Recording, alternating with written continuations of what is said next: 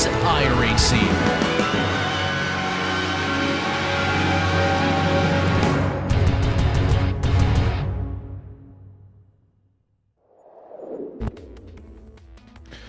Crunch time in the Skip Barber Race Series season. Just the 4 rounds remain and a championship that sits on a knife edge. Just the 1 championship point splits the top 2 overall, and we head to a circuit that is pretty much known by every driver like the back of their hand. As part of the iRacing free tracks for over a decade, it's Summit Point Raceway, and there is no place quite like this one. Welcome, ladies and gentlemen, to the sim racing action this morning, this evening, wherever you are around the world. My name's Jake Sperry, and alongside me in the commentary booth is Craig King. Christian Deploy is in the director's chair, and he's using the cameras provided by Dougie Beard. But as we head here to Summit Point, and a circuit that is a bullring for cars like these Skip Barbers, let's get a bit of an understanding of this place if you're new with us for the first time. This is your GSRC Track Guide.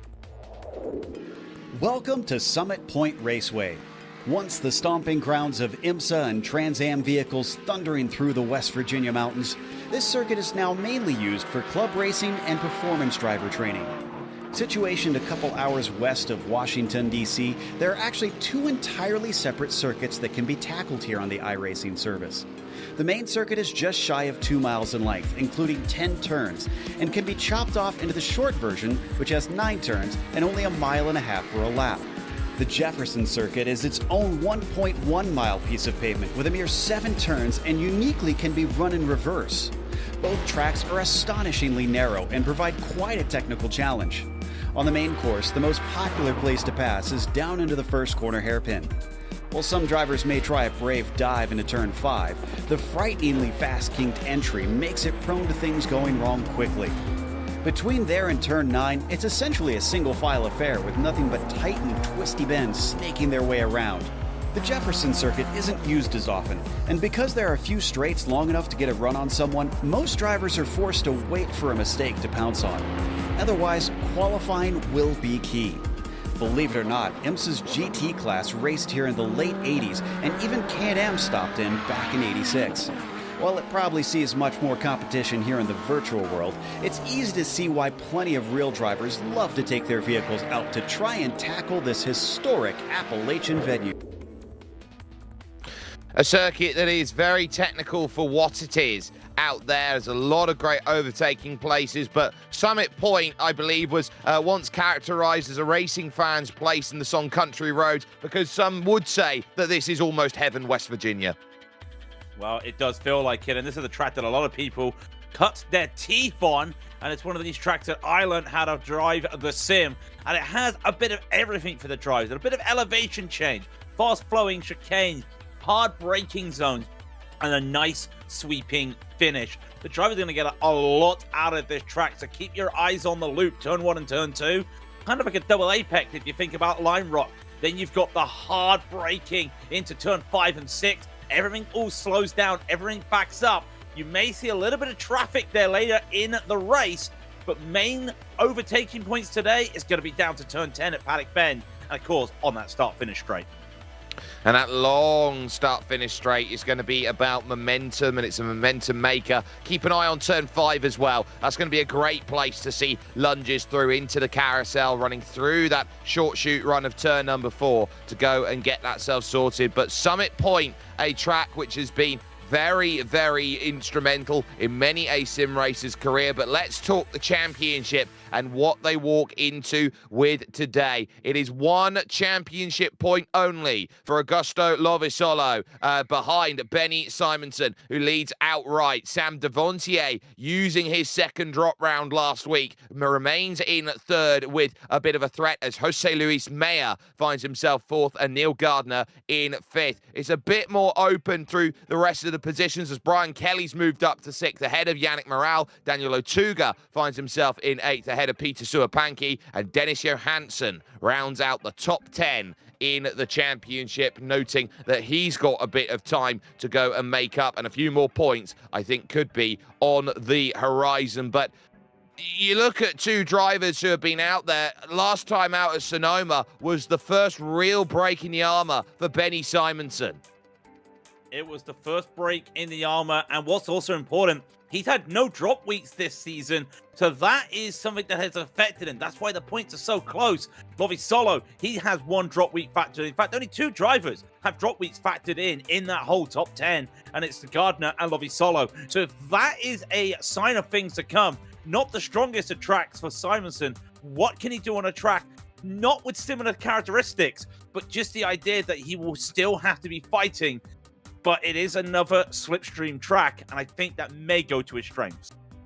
I think it will do as well, and it will be worth keeping in mind as they look to try and make this work. So I would look around at where they are. I would look around at what they're trying to understand out of today and go, right, we got to buckle down in and try and get some consistent points out there. Let's talk about, though, what this racing series is going to be today. If you're brand new to us, this is round 9 of 12. They've got 18 laps here today on the lap time that is 81 seconds long here, as they've got open setup so they can fine-tune the car however which way they want to. They've got one spare car if they find themselves with damage out there, which they can jump into the pits. But crucially as well, it's a standing start, and disqualification comes at 17 instant points. So a lot to try and unpack. Lot to unpack, and those 17 incident points on a track this tight and this with a lot of grass around the outside can cause that disqualification to come into play. With how some of the drivers drive around here, you may see that as well. There is the rundown to some of these corners that you see. There is the timing tower. That is the first couple of laps set by the drivers. We're watching Benny Simonson. He has pole position already by the barest of margins. Kind of wants to extend it as Brian Kelly goes in, and Lovisolo just takes that pole away. 121.2, so sneaks it by 300ths of a second. Benny's going to have to find a good time as he really throws the car in over the top, going around the carousel and over now through towards these S's, getting through the fast lefts and rights, and coming out of turn 8 and 9. That long run for the paddock bend is that final corner, the all-important charge that is needed. Can there be another small sting for Benny Simonson as he runs out to the final corner, gets a little bit of gravel out there on the outside, not enough to invalidate the lap, but charging over to the point. Benny, short, couldn't do it. 21.4 heading over the line, not enough out there to make it work. The likes of Yannick Morale out there at the moment looking for a second lap time on the board, and I think this is a very, very important qualifying for track position with just how narrow this circuit is. Yeah, and I think as well that may help Benny, because he is we'll give him the outside lines. We're watching Yannick Morale, and it is oh so tight, because look at the timing tower. Gardner, Johansson, identical times out there today as Yannick Morale comes around the final corner, has it nice and clean. I am going to say, as we watch Morale go by, I think I may have seen what happened to Simonson on that last lap. Morale will come back, come down. It's a good lap. It's a very good lap. Puts him up to P6. That Simonson I was talking about, looks like he may have had a bit of a slide as he was coming through turn 5. Yeah, and that would have taken the time away. And as we note there with Yannick Morale, the qualifying will continue until Morale improves. Vlado Tito, first time we've seen him all season, goes to the top on a 121.212. What a lap time. That's come out of left field as they go towards the line. Devontier puts himself top 5 as we got the likes of Paul Smithers crossing here on a 21.5. That's good enough only for the 6th row. 3/10 is the 6th row of the grid. When you look at it, the top 10, less than 3/10 between everybody. As Corey Bennett comes around, he'll have time to do this last lap as he comes by. Just look at the top 5 as well. Everybody is separated by, well, look at it, the top 7. Each driver separated by less than a tenth. Devontier Herman, 5,000ths of a second. For a track that is so narrow, and a track that isn't all about speed and about corners, this is the closest qualifying we have seen in a group. As you say, Jake, get a blanket, wrap them all up. You certainly can. Corey Bennett is currently on a 26.5 and is going to need 3.2 seconds to leapfrog Igor Pavlikin out there in the number 22 car. So Bennett will run over towards the line, and it's a 26.1. So that lap time doesn't get what's needed, stays down at the back of the field, and that will be that then in terms of qualifying. What a qualifying session we've just had, and now there is a little bit of an apple cart upset. Vlado Tito will get the pole position on a 121.212, and alongside him on the front row is the Italian stallion Augusto Lovisolo. Benny Simonson will have to go from third position with Jose Luis Maya there in at fourth position. Sam Devontier starts fifth with Steph Herman, who goes in sixth position. Brian Kelly and Yannick Morale, they find themselves close in championship points. They share row 4 with Neil Gardner in ninth place and Dennis Johansson rounding out the top 10. Get to the second page, and Paul Smithhurst will be 11th. Alexander Wesley Hazelworth will be 12th with Ryan Chinoa 13th. Then it's Enzo Cantor in 14th with Brendan McDonough in 15th. Tex Delium will be 16th with Jesus Cabal 17th. Peter Suapanki will take 18th. Josephine Becker will take 19th. Ken Hyams will be 20th. And to save Jake's voice, the last three drivers, Pavlikin, we saw him in 21st. 22nd will be Corey Bennett. And no time set for Pablo Hidmar for a full fat stack on the grid. 24 is where this series splits. We've got 23 drivers here in this one looking to go through. You can't get a grid bigger than this. It's a fairly sizable run as well over towards turn number 1 as we zoom on in. On an older scan here in iRacing, they've actually got a third circuit that they've built up over on the top side around the carousel. That was created in 2014. So there is another circuit that you can go get racing action here if you head to Summit Point yourself. But as these drivers grid themselves up, they know that 18 laps await them here today. They know how crucial it is going to be to put those lap times on the board to say that they can be up at the top. And we wait just for Pablo Hidmar here to get himself on the grid or choose to elect the pit lane as the best place for car number 20 to start from Club Iberia. He joins on the back of the field, and now we are set. Tito, Lovisolo, Simonson, Mayer, Devontier, your top 5. Let's get ourselves set because we're underway from Summit Point Raceway. Tito with a good start. Lovisolo immediately falls into line front 3. Happy to be where they are as they all fan over to that inside. The long drive then towards turn number 1 comes into play. Lovisolo moving to the outside, trying to get this move done as they all look for a tiny bit of space. Johansson having to cross the beams, but crucially Tito just gets what he wants, but there's still the wagon turn coming up.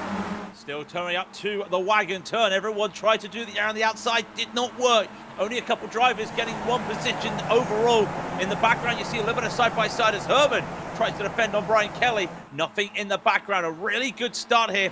Just goes to show that that inside line to start the race, very crucial. They come down to the Gardner turn, turn 5, and everyone just bunches up as we expected. And somehow Tito has an Italian stallion trying to get past him. Yep, so this will be tough for Tito on the front from Club Central Eastern Europe. So Vlado Tito has done a great job over the opening lap of this race to hold himself at the front. We take a look with Benny Simonson here in third position, and those big chunky tyres which are there on the Skip Barbers almost as a semi-slick as they now start to work through that final corner, the paddock turn, and it's the front 5 who've got themselves a bit of a gap. The Asher Racing car of Steph Herman in 6th position, but Lovisolo getting the run off of the exit then and running over towards the line. Here comes Benny, pushing it 3 wide towards turn number 1. They're not going to wait around here. They're going to make big moves early.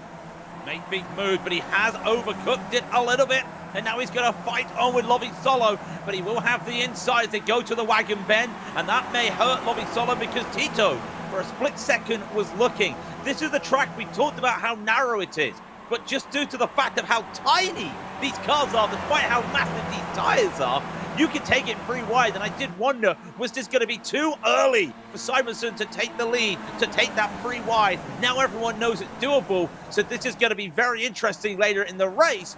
because we may just see that happen a few more times. Looking at the biggest movers over the opening lap, Paul Smithers gained 3 spots on the opening lap of this race. So he was the one who was able to leapfrog Johansson and Morale and Enzo Cantor, and will be very comfortable with that. The back of Simonson we look on board with here as Lovisolo going over to the right there. That's not to go and make that move, that's to take draft away from himself to get enough of a run here through the final paddock turn to then launch off the exit. Benny throws it wide going through a car that is traditionally loose for him. There's going to go one, and will Vlado Tito follow on through? I don't think he will, just due to the way that they put the car, but Vlado's decided there is a space, and he's going to try and do this, but around the outside, he'll have to try and make this move. Now, still trying to look to see what he can do. He's going to tell Simonson, I want that position, and all of a sudden, yet again, say it ain't so, Jake. We've got more position changing, still side by side, going up to the wagon bend. Tito may have held us around the outside of 1 and 2 to claim this into turn 3. Yeah, but here comes the crossover from Lovisolo. He'll get drive off the exit of the wagon turn, heading towards the chute and turn number 5. One of the best places to get it done. He's got the inside. Now he's got to commit to the brakes. It's one of the toughest braking zones in all of sim racing there into turn 5. And Lovisolo gets his pass. So he's past Tito. Mayer into 3rd. 4th is Simonson. And now side by side, 6th and 7th. Steph Herman now on the wrong side of Lady Luck. Brian Kelly forces a way through. Yeah, found his way through just the opening there at the carousel, took it how he needed to, and what a good run, hard on the brakes that was for Tito and Lovisolo, and you've just got to feel that Tito is not a man we've seen in this series, but he is hanging it out with some of the best here, and I say some of the best. There are 2 9K drivers, 2 places behind him, looking and licking at the lips to try and take these positions, but they have to wait. And to the outside again go Tito. The overspeed will give him a little bit of space. Simonson's going to follow in as well as they'll come to turn 1 for the 4th time. And once again, like Noah's Ark, they're 2 by 2. And this is the issue that I look at Jose Luis Mayer having here. If Simonson decides he wants to push it too wide, where do you go on a track that is so congested like this? You've got to think about where you want to be. You've got to try and box yourself out. Lovisolo decides he wants to fall into line here with Vlado Tito and says, you know what? I don't mind if I'm 2nd at the moment in this race. I would walk out with a 1-point lead in the championship here, heading to the 10th round as they go about. So it's a case of, well, if drivers are taking points away, Lovisolo with a slide, and that's going to bring everybody to Concertina up, still side by side as the likes of Gardner runs a little bit wide here. That's going to bring Dennis Johansson into play down the inside to try and steal a place, and the Dane in the all-Danish car is going to get the move. Back corner's not been working well. That's 2 overtakes at the carousel already so far in this group, and it's that Concertina effect. They're all bunching up a bit, and that time definitely a Concertina when you look at the fact that Lovisolo had to catch a slide there. I think he may have tapped the rear of Tito. It just goes to show how important it has to be to keep it together. Now, I do wonder, look how the cars are taking it to the middle and then to the right. There's no opportunity to make moves, so this is probably a chain reaction of what happened on that first lap. Simonson forced a way to make it 3 wide. Now everyone's aware of it. They're not even trying to make that space now. They're trying to turn this car into a double-decker bus. Yeah, the wider you can make it, if you can stay in the middle of your lanes like you got on the road here, 1 on the left, 1 on the right, there's no room to go and thread the needle down the middle. Lovisolo at the wagon turn gives himself then the position, and you look at how they fan behind, because you got Mayer, you got the likes of Devontier, Kelly, Herman, Johansson, Gardner, Smithers, Cantor and Chinook trying to get onto the back of this group as well. Almost 3 wide as they actually fanned in there. So Steph Herman trying to get aggressive in the middle of this group, running around the carousel. Dennis Johansson very much holding himself stable and steady, but they're going to have to fight side by side now through the S's corners, and now coming out of turns A. It's all about drive, and the understeers there off the road. Goes Steph Herman, and that's going to bring Neil Gardner into play with Paul Smithers. Yeah, and they don't want this because they'll be losing out to the rest of the field. They're 2 by 2 in the background as well. I think that was a tap. There is going to be some contact. Smithers just trying to give some room with Cantor beside him. was no room there, and they have gone off. They've managed to recover. Not a lot of damage, but I do see some chatter on the radio. But they're free wide for the lead, and Lovey Solo's decided, I don't want any of this. You two can just go ahead and take this little battle. I'll just pick up the scraps. And to the outside for Simonson. Tito has to defend us on the inside. He's not going to have that luck when he gets to the wagon turn. Well, Vlado now on the outside looks to try and find his angle, but Benny Simonson on the inside moves back to the racing point. I don't think Enzo Cantor did much wrong there, as here comes a cutback coming along to the chute, and Lovisolo's trying to look with eyes greedy as anything, hoping to get that pass and won't do it. So there goes Vlado Tito trying to make it happen. Round the outside, we'll try Benny here at turn 5 over to the carousel here at 6. It will be Tito who gets his pass, but I don't think Enzo Cantor did anything wrong. There was already contact between Smithers and Herman, who was trying to rejoin on the circuit, and middle of the road was Enzo Cantor, just trying to make sure that he could prioritise his corner, and Smithers, it was his responsibility to keep the car out of that tap on the outside turning in. He had to wait for Cantor, who had the inside line. Caught between a rock and a hard place, and there was nowhere else for him to go. We're talking a man who's in a rock and a hard place. It's Stan Devantier. Usually the number 1 car, he's number 2 today. He's just watching this ahead. Is the man from down under, and he's just seeing free wide right now, and he's thinking, just don't crash. You're going to cause an incident that catches everybody out here. He's going to watch the free wide. He's going to try and take it too wide himself. There's no way the man around the outside is going to hold this, but Lovey Solo around the outside for free wide. You call it a moment. The man just caught it right at the time.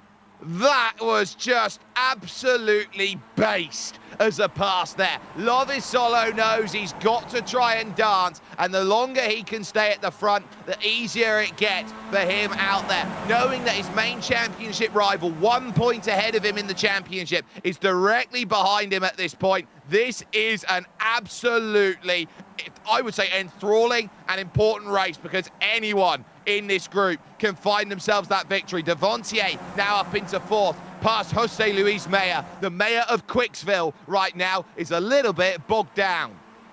Got 11 cars in a elongated train. You call it 8 cars altogether with how close they are.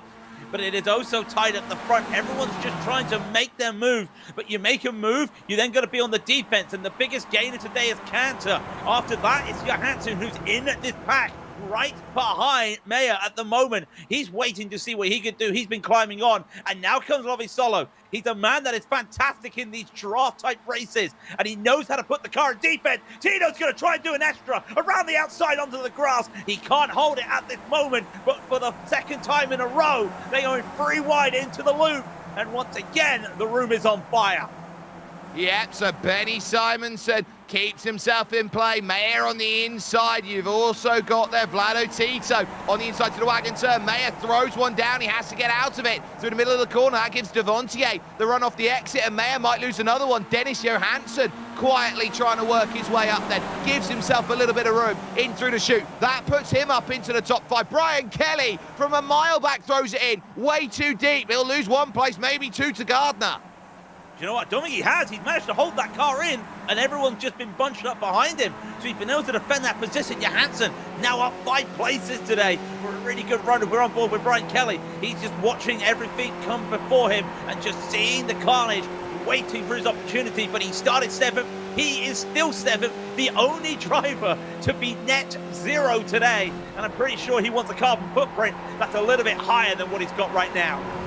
Brian has been sat there in this group, up and down in the lower parts of it, unable to break the glass ceiling of the front because they're playing rough shot again. 3 wide again to turn 1 again. And in the middle, it is going to be Vlado Tito who finds himself there. Lovisolo trying to work around the outside, fighting then the car for grip and momentum. Any rotation he's trying to get in at this stage. Wagon turn is to his favour right now, but they're leaving a tiny bit of gap then to try and give some room, because I think they're sensing here that something's going to have to give at the halfway stage of this race. The battle line's drawn and they are racing fervently as they head towards turn number 4. Johansson now moving to the outside of Sam Devantier, looking to sneak down the inside and take P number 4. He's on the wrong side of the carousel, but if he can hold it round there, he's got a great chance through the S's. Yeah, he's not able to do it this time, and he might lose the position to Mayer, and that's not where he wants to be, but he gets the inside for this part of the S's. Mayer's going to have to give him the respect, and he does. But what a play there. Devontae really looking to try and make some moves here and just say, listen, I am here. You've got to give me the respect as well. And I'll tell you what I'm also finding interesting. The run here. They're trying to force this free wide. And then one driver gives up the cold feet. And again, Lovisolo takes to the inside. Tito goes to the middle, but there is no space now to go free wide. Smart driving by these drivers. Where do you look? I'll tell you what, Benny, there's no room for that free wide. He is going to try and do it, and behind they almost go free wide, and there's contact this time, and the man who didn't get any contact is going to be Benny Simonson.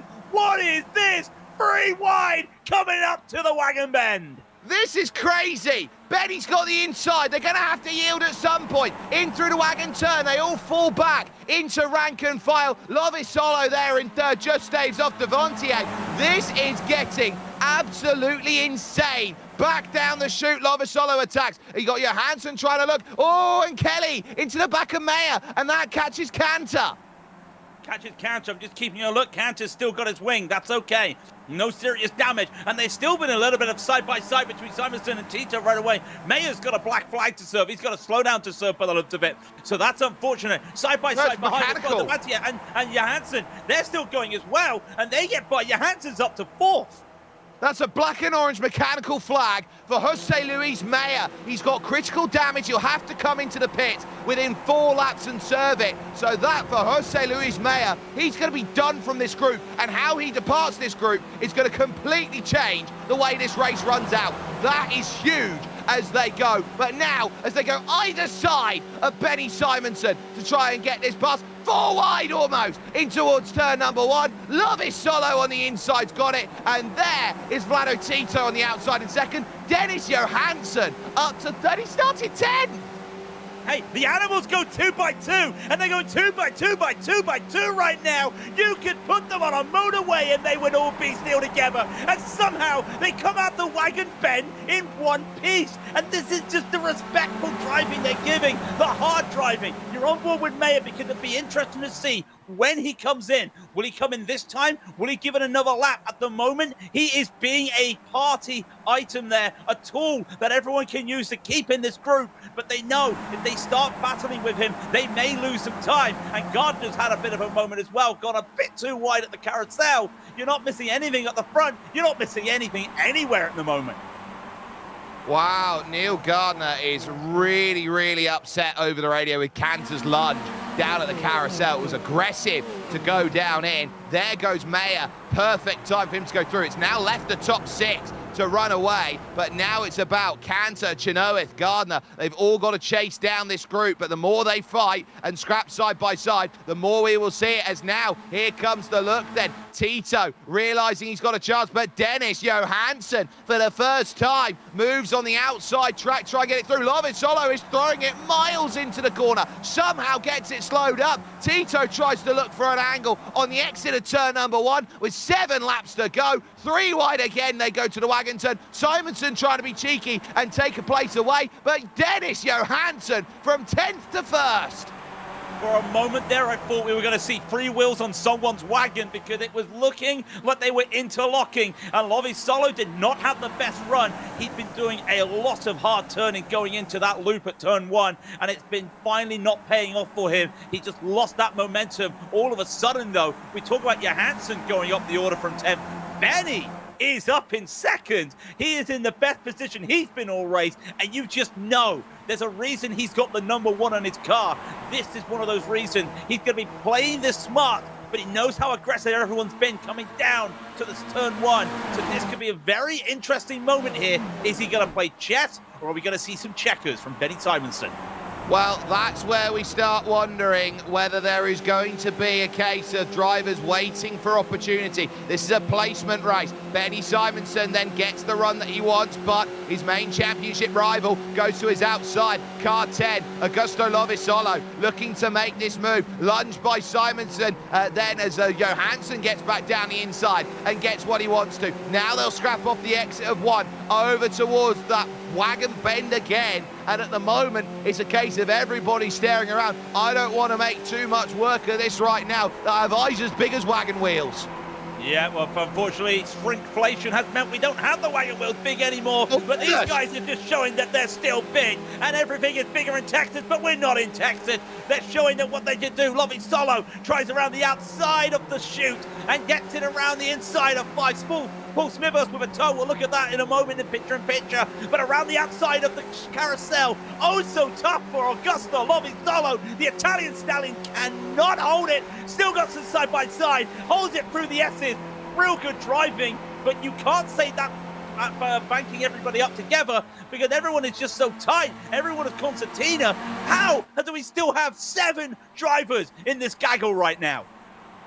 Well, they were fighting with Paul Smithers and Enzo Cantor for the draft of Neil Gardner, and 2 into 1 didn't go, and there was the contact that made it happen. But we stay with this as they now move to 5 laps to go. Benny Simonson, Dennis Johansson, Augusto Lovisolo, and the group starts to coalesce more. They've brought Ryan Chenoweth back onto this one. 2 wide, 3 deep as they go into turn 1 again. Benny Simonson round the outside. The championship leader puts himself back to a position out there leading this race. Lovisolo's not giving this one up. He wants to attack at the wagon turn here at turn number 2. Round the outside tries Johansson. It's close, but Johansson uses up an instant point to give himself the run. I think he had to, though, because he realized Lovisolo was going to go for that move.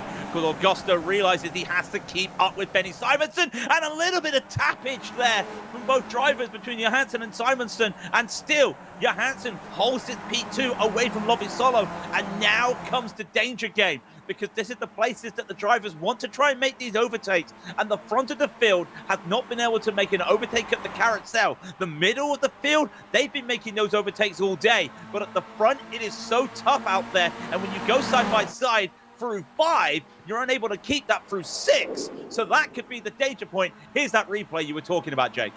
Yeah, they're fighting for it. And ultimately, Paul Smithers will feel like Enzo Cantor's just completely turned on him as they go through. There might have been a bit of netco contact between them, which would have initiated that. So Paul Smithers, as he sits in that position, not great. 3 wide and traffic in front. Oh, this is going to be huge right now. Tex Dielen's going to be right in the middle of all of this, and he's going to have to somehow get away out of it with 4 laps to go. Dennis Johansson now on the inside, Lovisolo on the outside, Simonson 3rd, Vlado Tito 4th, and traffic on the horizon. Well, he's going to get away somehow. They lock tyres once again to Johansson and Lovisolo, and they see the traffic up ahead. And if this was an oval race, they'd be screaming, please get out the way. It's a blue and yellow flag. It's not mandatory. It's advisory. And he's just there now. Nothing he could do. There is nowhere for him to even pull apart and pull out the way when you've got drivers side by side through the carousel like you've got right now. And Johansson tries to hold it around the outside. He cannot. Lovisolo back up to the lead. What is this driver going to do? He could play favor here for Lovisolo. That would be great for the Italian stallion if he had a bit of a toe while leading, but I don't think it's going to happen at this moment. Hopefully, maybe, Tex Dielen, he'll pull off very shortly.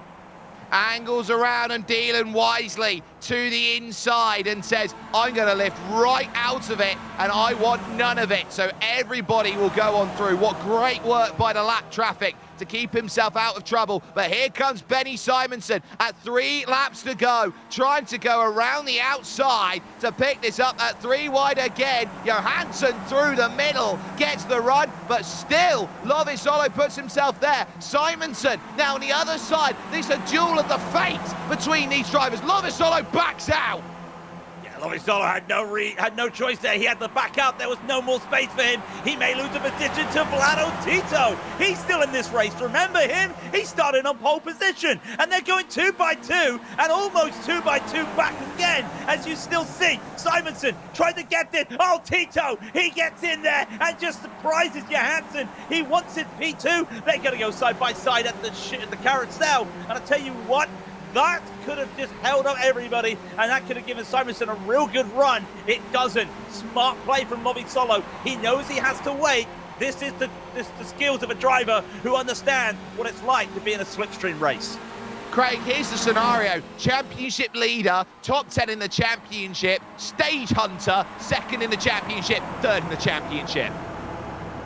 I'll tell you what, though, the thing is, though, we've always said, where's the best position to be on the last lap? It's third position. I don't think it's going to be third position here. The track is wide enough to go 3 wide, so why do you want to be in third? You want to be that driver who's possibly second. This may be the first time I say this, Jake. If you're first to start the last lap, you may finish first. They're 2 by 2 by 2 once again. They're 2 to go as well. 2s all around. They're ducks on the pond. Well, contact between Lovasolo and Tito there as they go through. Now towards the wagon turn. Simonson gets a little bit of calm, a bit of reprieve. Johansson into second. Single file for the first time in forever. This is actually quite a good game because I think now they understand the situation. Lovasolo getting past Tito, and now this is pretty much the situation we were expecting. Lovasolo in third, Simonson in first or second. You've got Johansson, who is the dark horse here. He started in 10th and he's worked his way up in this chaos. And it's a good chaos, of course, into second. It's going to be a very interesting final 80 seconds of this race.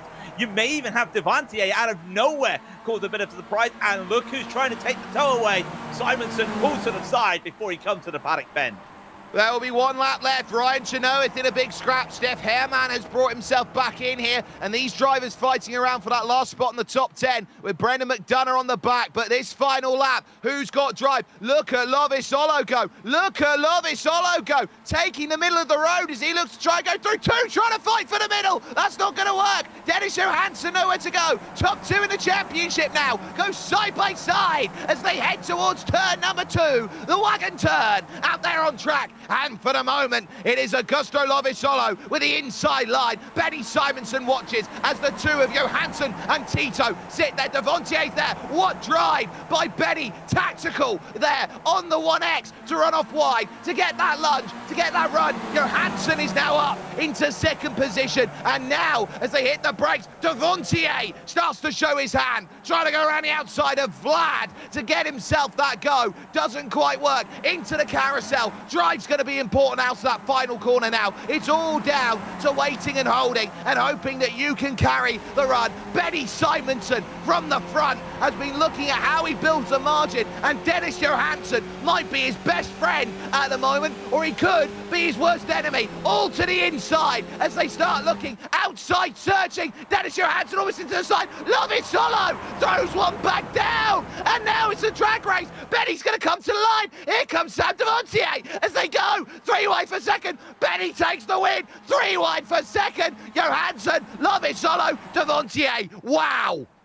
You want some times. It was a 7,000th between Johansson and Lovasolo. 7,000th between Lovasolo and Devantier. What a finish. And we see the other drivers go. I told you, Jake, that was the track where you wanted to be in the lead to finish because of how long that straight is. It gave the advantage for Devantier. Oh, so close for him. Becker, the last people we'll see coming round. Can they get this position? Get that 17th away from Pablo Hidmar? I think it might be all too late, but there is going to be a run, and it's just not there. Hidmar's going to defend on the slipstream. A little bit of an IndyCar weave there, but it will keep that 17th. But like I said, Jake, first here on that last lap was the key factor, and what a drive from Benny Simonson.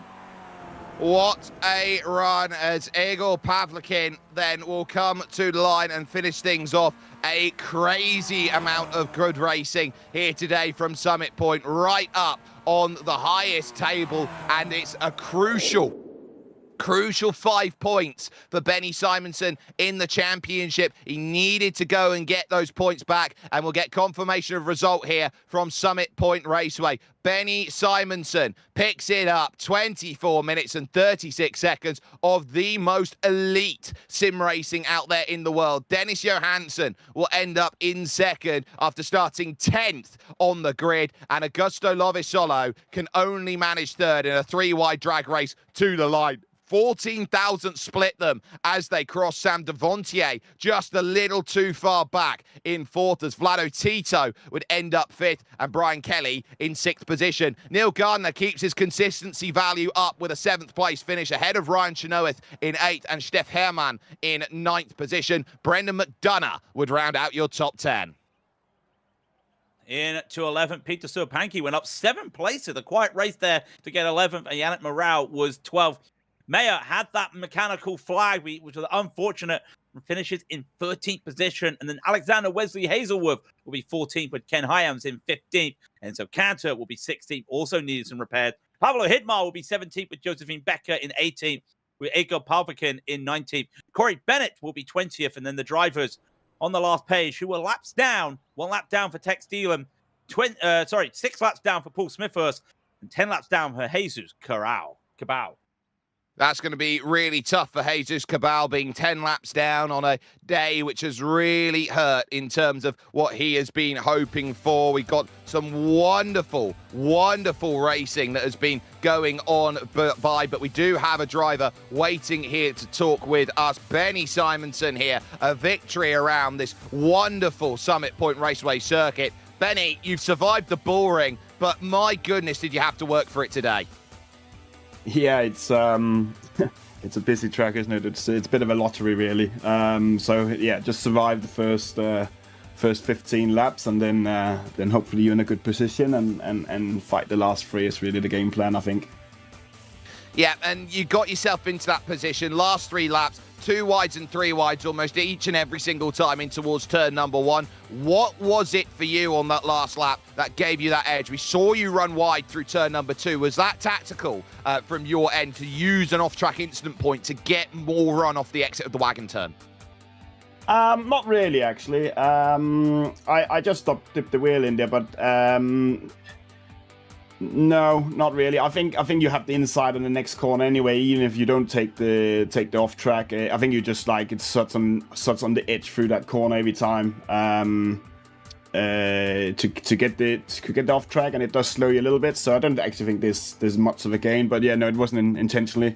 It was kind of just trying to have the right hand side lane coming through the next right, and then you can always, if you're side by side, hang the outside of the hairpin, and then you should be good for the next couple of rights. So but yeah, to be fair, I didn't really have a game plan. It was just survive the first 15 laps, and then was hopefully if I'm in top 3 with a couple of laps to go, then I think you can win from any position here in the last lap if you're in top 3. So it's I didn't really matter where I was. It was just to be there to fight. It's your 3rd win of the season. It's your 6th podium of the season. You now move 6 points clear at the top of the standings over Augusto Lovasolo with the Saxon Ring on the horizon. After what happened at Sonoma last week, how important was it for you to reset momentum with a victory here today at Summit Point? Obviously nice to get the points, but I think I'm gonna have to miss next week and the last week. So I think that's championship done for me because of that. So yeah, it's just come and have some good racing. It's nice when you can drive side by side for 18 laps in the pack of 6-7. It's great fun. Well, if there was ever going to be a advertisement for what makes this series great, it was this one here today. Benny Simonson joining us and picking up victory overall here today. Craig, final thoughts as we bring ourselves over towards a close here today from Summit Point. I think you summed it up perfectly. That was a good advertisement for the series, but also a great advertisement for an old track and a little small track in the middle of nowhere in West Virginia. It has just delivered some fantastic racing, and this is why it's a track that I've always said, you chip your teeth at, because you learn how to race here, and my boys, did they show us how you race out here today. A fantastic drive, but that's a little bit upsetting, for us. No Simonson competing for the championship now for the rest of the season. It feels like it's going to be between Lovasolo and Devantier, which is still a fantastic battle. But it's still not over and done with. Mayer, you can put in the championship. You can look at Neil Gardner. He's still a threat out there, and any result out there could still be enough to make dramas find themselves there. I want to give a massive thanks to the team here today who get this done for us, from Craig, from Christian, and from Dougie. This has been a Genesis Extreme production. But when it comes to great racing action with the Global SimRacing Channel, you are never too far away from it. We've got some great racing coming up over the week's action, including the Classic Lotus Grand Prix later on today, which will be heading to Mugello in the Tuscan Hills out there, with the Porsche's Owners Club heading over to Willow Springs. The Grand Prix Legends going to Motegi next weekend, along with IMSA Vintage, which will be jumping on at Phillip Island in Cowes, Victoria. But in terms of when we're back with you with the Skip Barbers, you just have to wait 7 days, same time, same place, and you've got the absolute behemoth of the Saxon Ring to go and challenge. You can catch that with us, of course, with racing action, same time, same place, 7 days from now. But as far as we go and look at championships, it's a small notch up as far as points go for Benny Simonsen. But with 2 of the last 3 races looking like to be non-starters, is this where the championship now falls apart from him? No guarantees over a season like this, but Augusto Lovisolo has 1 drop in the back pocket, but he's got some very aggressive drivers behind, like Sam Devontier, Jose Luis Meyer, and Neil Gardner, who all want to try and get themselves in the picture, all would like to try and score themselves some points. But as we head ourselves over to Germany, we will see you in 7 days' time when we attack the Saxon Ring for the 10th round of the championship.